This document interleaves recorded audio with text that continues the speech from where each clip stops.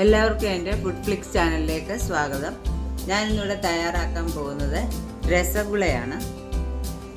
അതിന് വേണ്ട സാധനങ്ങൾ: ഞാനിവിടെ 1 ലിറ്റർ പശുവും പാൽ എടുത്തിട്ടുണ്ട്, ഒരു നാരങ്ങയുടെ നീര്, അതിൻ്റെ നാരങ്ങയുടെ കുരുവെല്ലാം നമ്മളെടുത്ത് മാറ്റണം, 1 കപ്പ് പഞ്ചസാര, 1 സ്പൂൺ കോൺഫ്ലോർ. നമ്മൾ പാല് അടുപ്പത്ത് വെച്ച് തിളപ്പിക്കണം.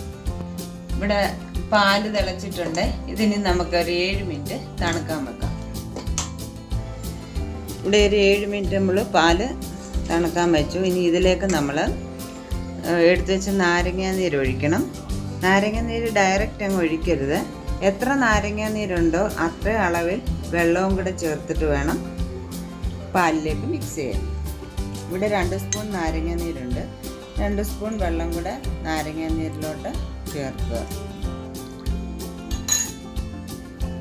എന്നിട്ട് ഇതിനി നമ്മൾ പാലിലേക്ക് ഒഴിച്ചു കൊടുക്കുക. ഇളക്കുക.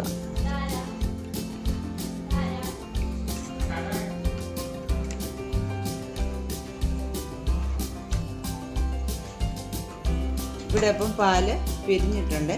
ഇതിന് നമുക്ക് അരിച്ചെടുക്കാം. നമുക്കിത് അരിച്ചെടുക്കാം. ഒരു വെള്ളത്തുണി, നല്ല വെള്ളത്തുണിയിലേക്കിത് അരിച്ചെടുക്കണം.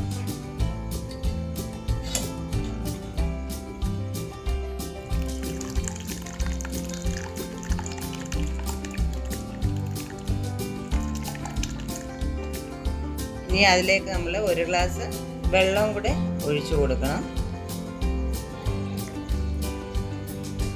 ഇത് വെള്ളം ഒഴിക്കുന്നത് എന്തിനാന്ന് വെച്ചാൽ നാരങ്ങയുടെ ആസിഡൊക്കെ ഒന്ന് പോകാൻ വേണ്ടിയിട്ടാണ്.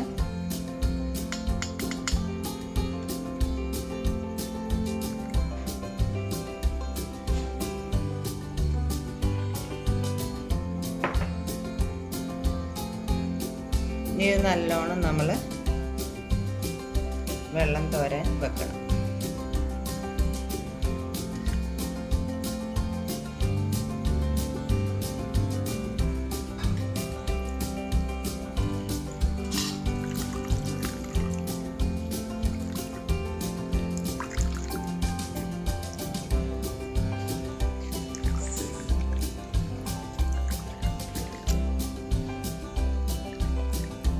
അടുത്ത സ്റ്റെപ്പ് ഇനി നമ്മൾ എടുത്ത് വെച്ചിരിക്കുന്ന പഞ്ചസാര ഇടുക.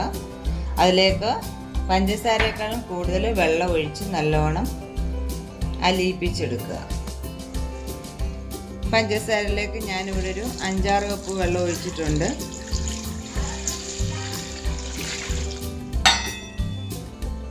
ഇതിന് നമ്മൾ അടുപ്പിൽ വെച്ച് തിളപ്പിക്കണം. പഞ്ചസാരയും വെള്ളവും കൂടെ തിളപ്പിക്കുകയാണ്. പഞ്ചസാര എല്ലാം അലിഞ്ഞു വരുന്നുണ്ട്.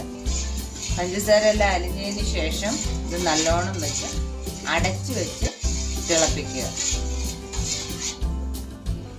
ഇവിടെ അപ്പം നമ്മുടെ പനീർ റെഡി ആയിട്ടുണ്ട്. വെള്ളമെല്ലാം മറന്നു പോയിട്ടുണ്ട്.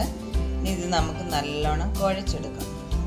കുഴച്ചെടുക്കുമ്പം നമ്മുടെ കൈയുടെ ഈ ഭാഗം വെച്ച് വേണം കുഴച്ചെടുക്കാൻ.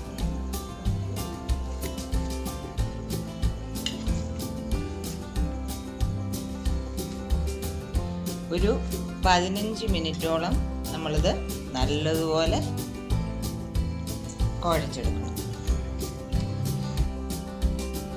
ഞാനിപ്പം ഒരു 10-12 മിനിറ്റ് ഞാൻ കുഴച്ചു. ഇനി അതിലേക്ക് നമ്മൾ 1 സ്പൂൺ കോൺഫ്ലോറൂടെ ഇട്ട് കൊടുക്കുക. എന്നിട്ട് നല്ലോണം പിന്നെയും കുഴച്ചെടുക്കുക. ഇതിങ്ങനെ ചെയ്യുന്ന എന്തിനാന്ന് വെച്ചാൽ ഇത് നല്ലോണം സോഫ്റ്റ് ആകാൻ വേണ്ടിയിട്ടാണ്.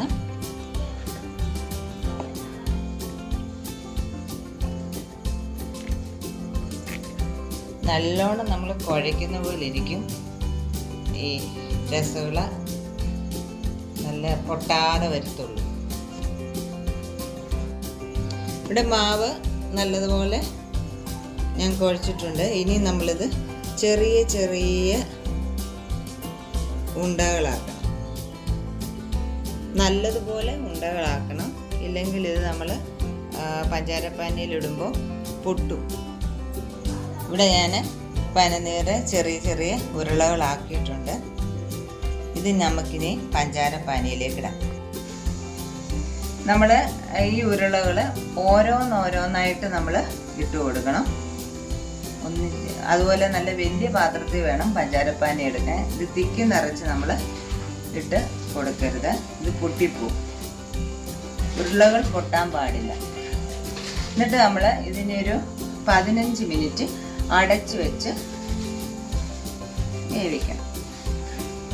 ഒരു 15 മിനിറ്റ് ആയിട്ടുണ്ട്. ഇതിനെ നമുക്ക് ആയം നോക്കാം.